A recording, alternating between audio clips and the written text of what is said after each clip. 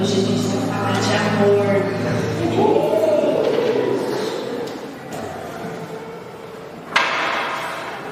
Quando eu estava ouvindo a música, o nome disso é Graça, deve ser que eu chamo essa música Graça, que é a música preferida do meu esposo.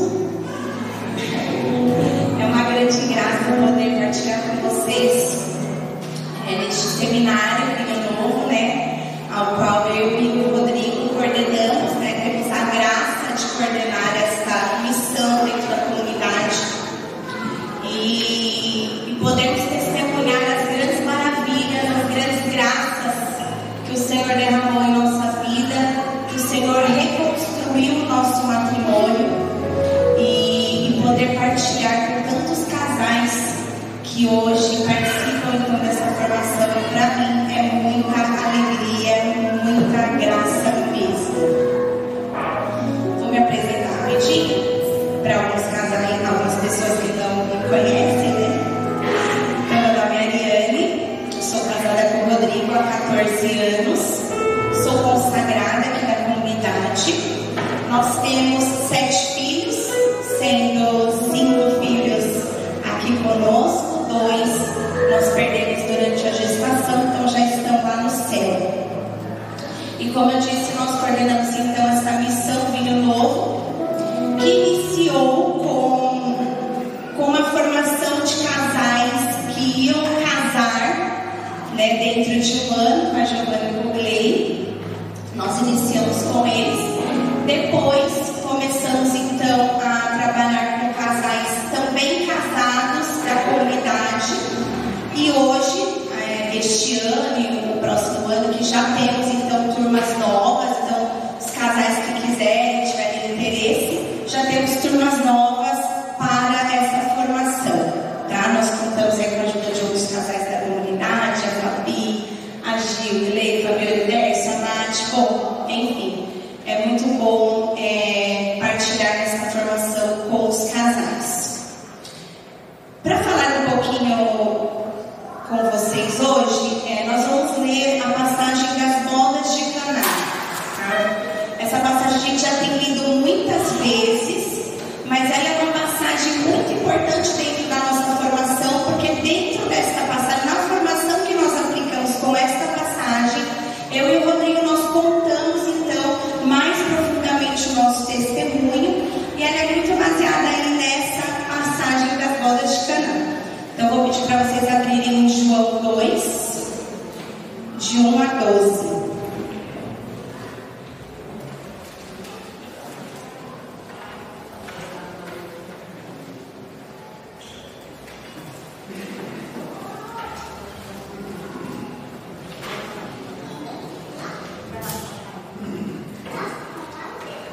Podemos?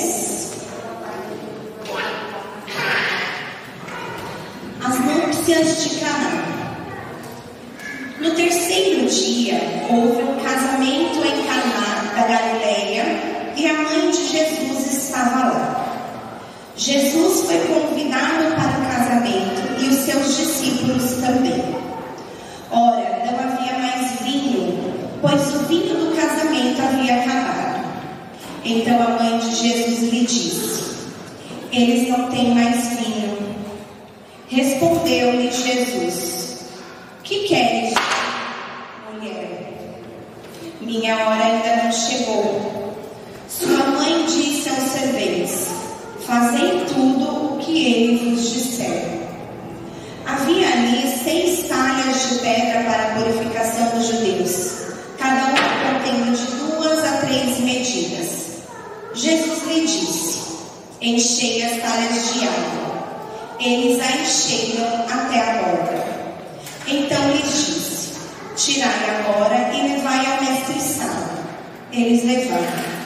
Quando o mestre-sala provou a água transformada em vinho, ele não sabia de onde vinha, mas o sabiam os serventes que haviam retirado a água. Chamou o noivo e lhe disse: todo homem serve primeiro vinho bom, e quando os convidados já estão embriagados, serve o inferior. Tu guardastes o vinho bom até agora. Esse princípio dos sinais, Jesus o fez em Caná da Galileia e manifestou Depois disso, desceram a Cafarnaum, ele, sua mãe, seus irmãos e seus discípulos, e ali ficaram apenas alguns dias. Palavra da salvação. Para a gente iniciar essa passagem, eu quero destacar aqui algumas características da mulher e do homem, que aqui são representados então por Maria e por Jesus. Eu separei aqui duas características que são bem fáceis para a gente identificar no texto. A primeira de Maria como sendo esposa, tá? Maria, ela era sensível, ela tinha uma visão sensível daquilo que estava acontecendo naquele casamento. Como nós mulheres precisamos ter essa sensibilidade no nosso dia a dia, ter essa sensibilidade com o nosso esposo, ter essa sensibilidade no nosso trabalho, enfim, aonde nós estivermos. É próprio da mulher essa sensibilidade, é uma característica mais aguçada na mulher do que no homem. E Maria, ela tinha intimidade com os donos da festa, com os noivos. Ela sabia o que estava acontecendo naquela festa, como que estava andando a festa. Então ela teve essa sensibilidade de perceber que algo não estava funcionando naquela festa. E isso é próprio da mulher. Também é próprio da mulher a questão, isso não tão bom em nós, mas perfeito em Maria. Maria não murmurou quando ela percebeu que o vinho estava acabando. Maria, ela não murmura, ela não sai contando para várias pessoas: olha, o vinho acabou, olha, o vinho acabou. E começa ali, né? Olha, o vinho acabou, o que a gente vai fazer? Não, Maria, ela não murmura. Diferentemente de nós, mulheres, que acabamos tendo essa tendência um pouco mais aguçada que os homens, de falar um pouco mais com os outros, né? Do problema que percebemos ou do problema que está acontecendo. Maria, ela não murmura e dessa forma ela não expõe os noivos, ela não expõe os donos da festa.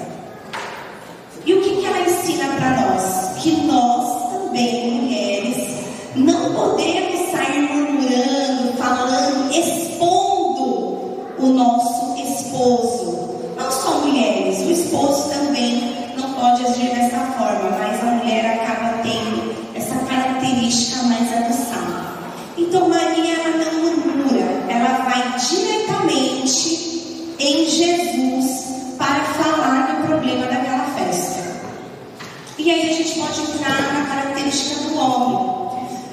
Como primeira característica do homem, ele é provedor. Então Jesus aqui representa o homem como o provedor para aquela festa, aquele que vai resolver o problema daquele casamento. E junto com isso, o movimento de Maria levar essa informação para Jesus mostra que ela tinha uma confiança muito grande nele. Jesus confiava em Jesus, Maria confiava em Jesus. Ela sabia que ele resolveria aquele problema. Apesar de que ele fala que não era a hora dele, mas ela tinha plena confiança que alguma coisa ele faria. E tendo essa plena confiança em Jesus, ela fica tranquila. E qual é o movimento que nós, homens e mulheres, dentro do matrimônio, também precisamos fazer? Sim, a mulher precisa ter a confiança no homem que é provedor da casa. E veja, não estou dizendo que a mulher não pode ajudar nas despesas da casa, não pode trabalhar, porque essa não é muito a realidade, a maioria das mulheres hoje trabalham. Mas quem é o provedor? Quem é que decide? Quem é que resolve os problemas? É o homem. O homem precisa dar esta confiança para a mulher, para que a mulher possa descansar. Eu tenho muito claro isso na minha vida, no sentido de que eu trabalhava fora, eu parei saí de trabalhar, eu passei toda a minha autonomia financeira para o meu marido. Ele precisa me dar essa confiança. Eu preciso confiar e ele precisa corresponder. A partir do momento que ele corresponde, que eu confio plenamente nele, eu posso ficar descansada para tudo mais que está acontecendo à minha volta, para ter a sensibilidade mais aguçada naqueles problemas da casa.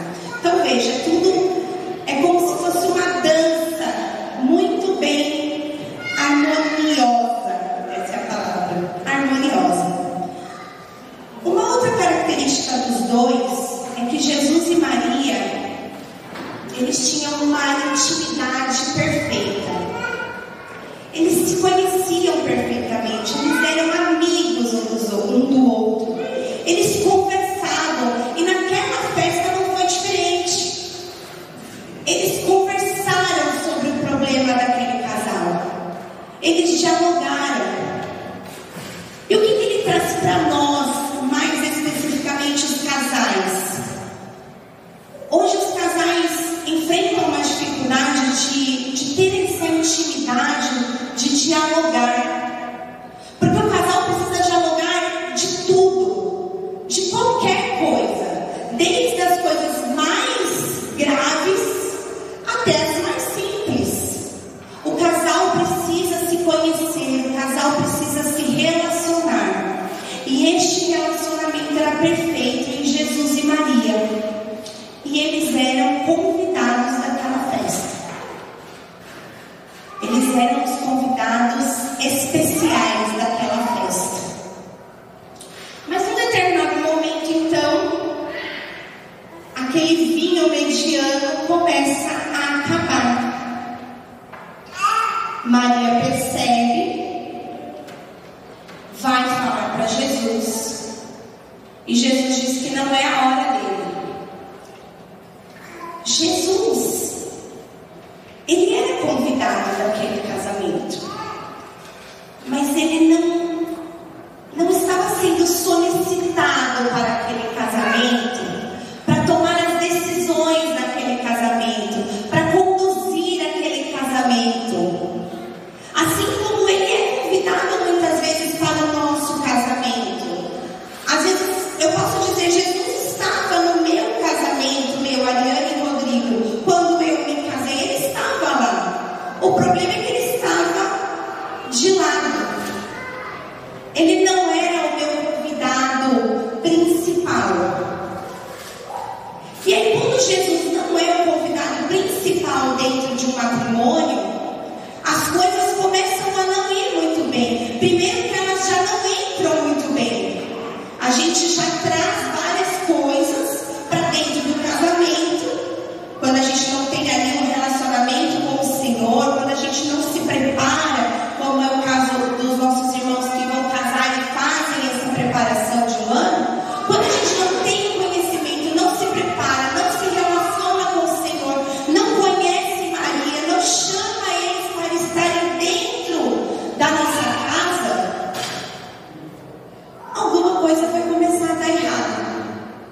E naquele casamento não foi diferente. O vinho começou a acabar. Os noivos não estavam com Jesus no centro. E aí eu trago dois elementos muito importantes: o vinho e a água. O que significa aqui o vinho? Qual que é o significado do vinho?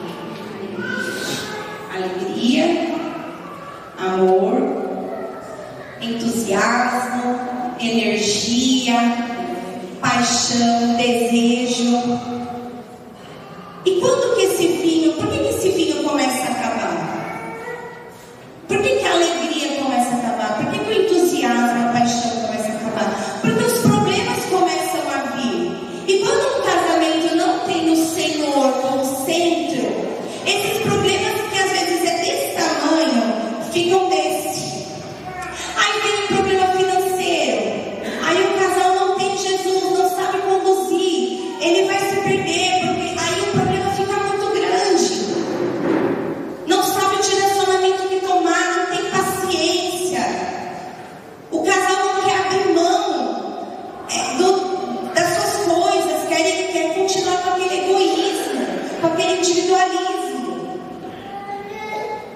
E aí, desta maneira, o vinho começa a acabar. O que vocês acham que significa água?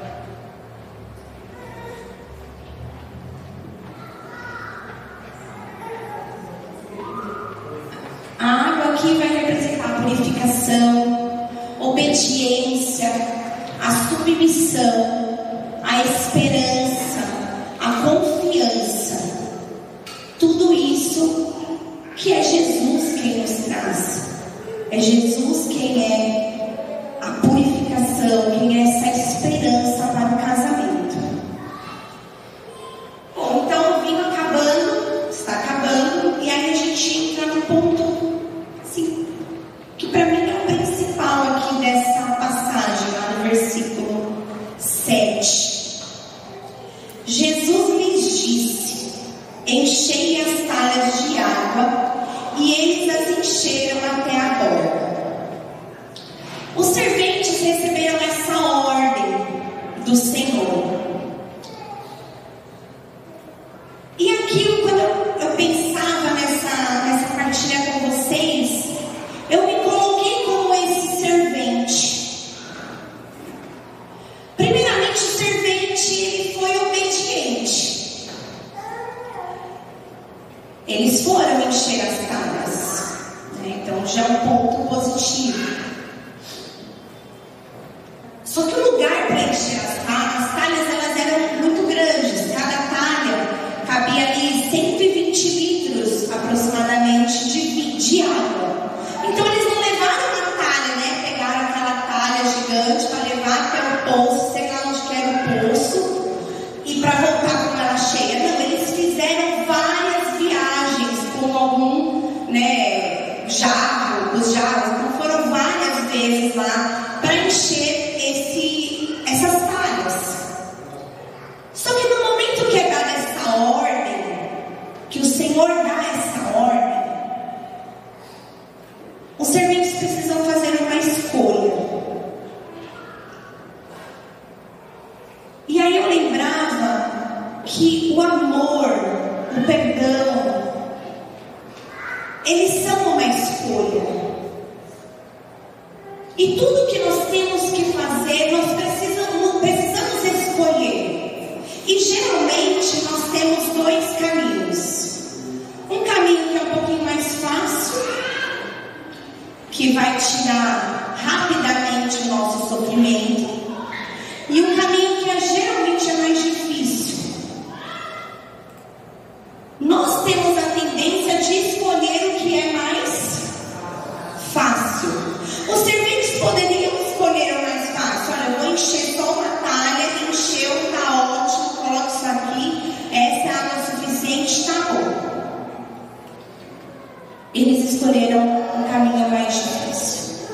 Nós, como casados, temos essa inclinação, infelizmente, para que quando acontece alguma dificuldade dentro do nosso casamento, quando aqueles problemas que vão fazendo com que o vinho se acabe começam a chegar, ao invés de escolhermos o caminho mais difícil, e quando eu falo o caminho mais difícil, geralmente é o caminho que o Senhor Jesus nos ensina, porque Ele fez o caminho mais difícil, Ele foi para a cruz. Nós escolhemos o caminho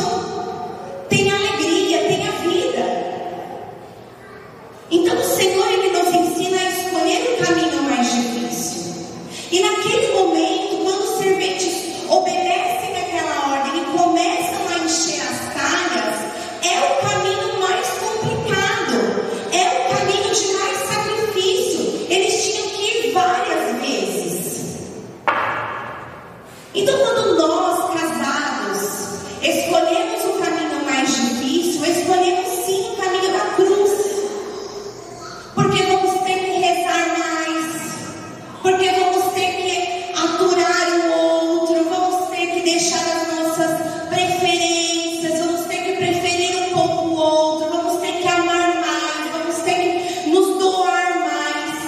E isso é pesaroso. Mas isso é encher as talhas. Somos nós quem precisamos encher as talhas do nosso matrimônio. E quando nós estávamos no Oreb na semana passada, depois da pregação da Giovana, eu fiquei parada olhando ali as talhas nas bodas, as 6 talhas. E aí o Senhor me mostrava o nome dessas talhas. Ele me dava o nome de cada talha. Ele falou: só essa talha aqui são seus filhos. Talvez eu tenha mais, não sei, só o Senhor quem sabe. Mas essa aqui são as talhas dos seus filhos. O que falta para encher até a borda? Por que você está tão sem paciência? Você precisa de mais paciência, precisa encher mais a talha. E é claro que Ele me mostrou a talha do matrimônio. É claro que uma daquelas talhas era o matrimônio.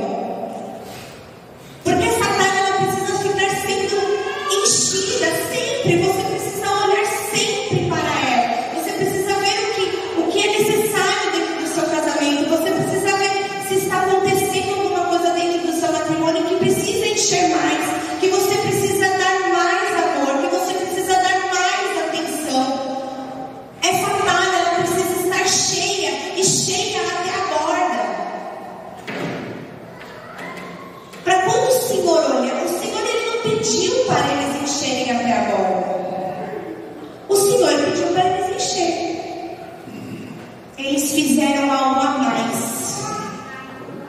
E nós somos convidados a esse a mais, a esse sacrifício a mais, a esse amar mais, perdoar mais, nos sacrificar mais. Porque somente quando o Senhor olhar aquela talha cheia,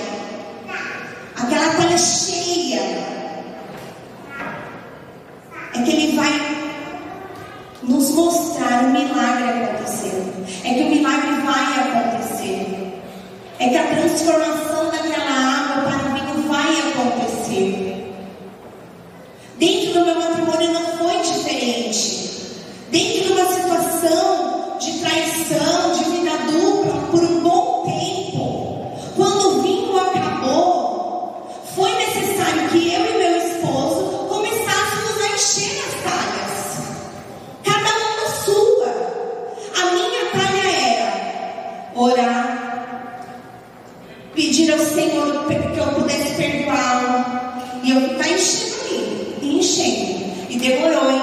Eu fui muitas vezes lá no poço, mas eu fui muitas vezes, parecia que eu estava com o copo indo no poço, gente, não era uma jarra, era um copo, porque eu ia muitas vezes.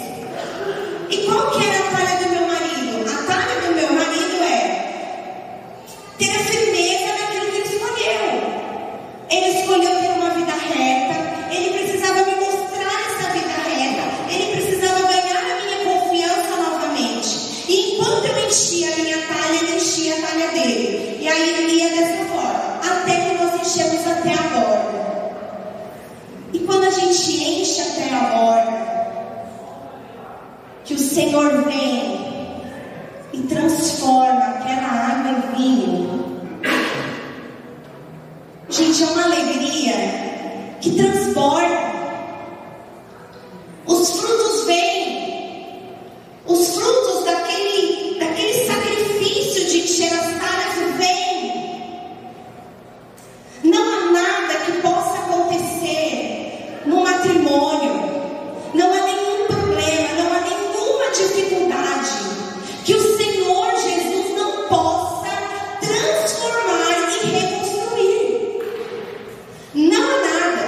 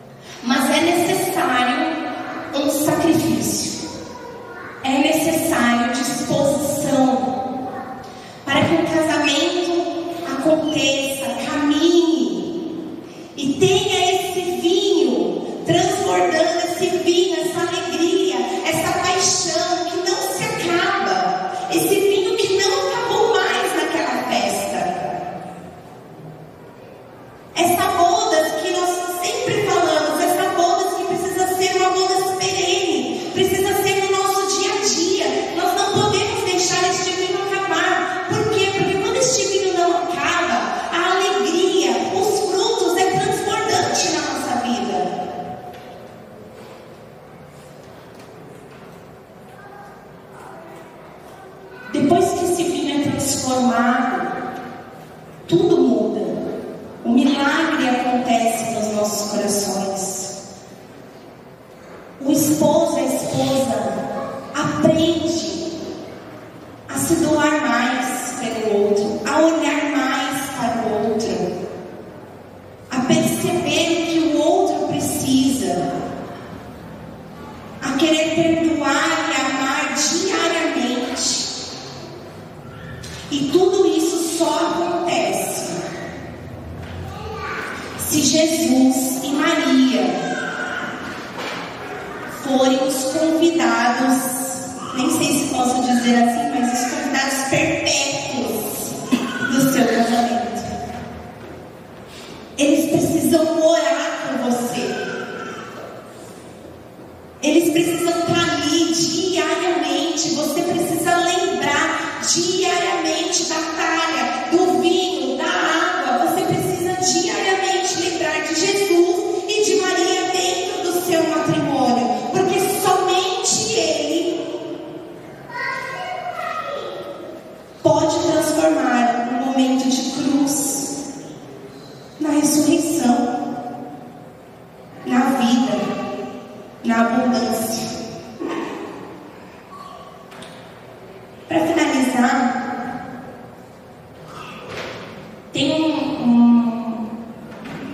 nós trabalhamos algumas coisas sobre São João Paulo II na teologia do corpo, e ele compara, num dos livros que nós temos, ele compara o casal com a Trindade.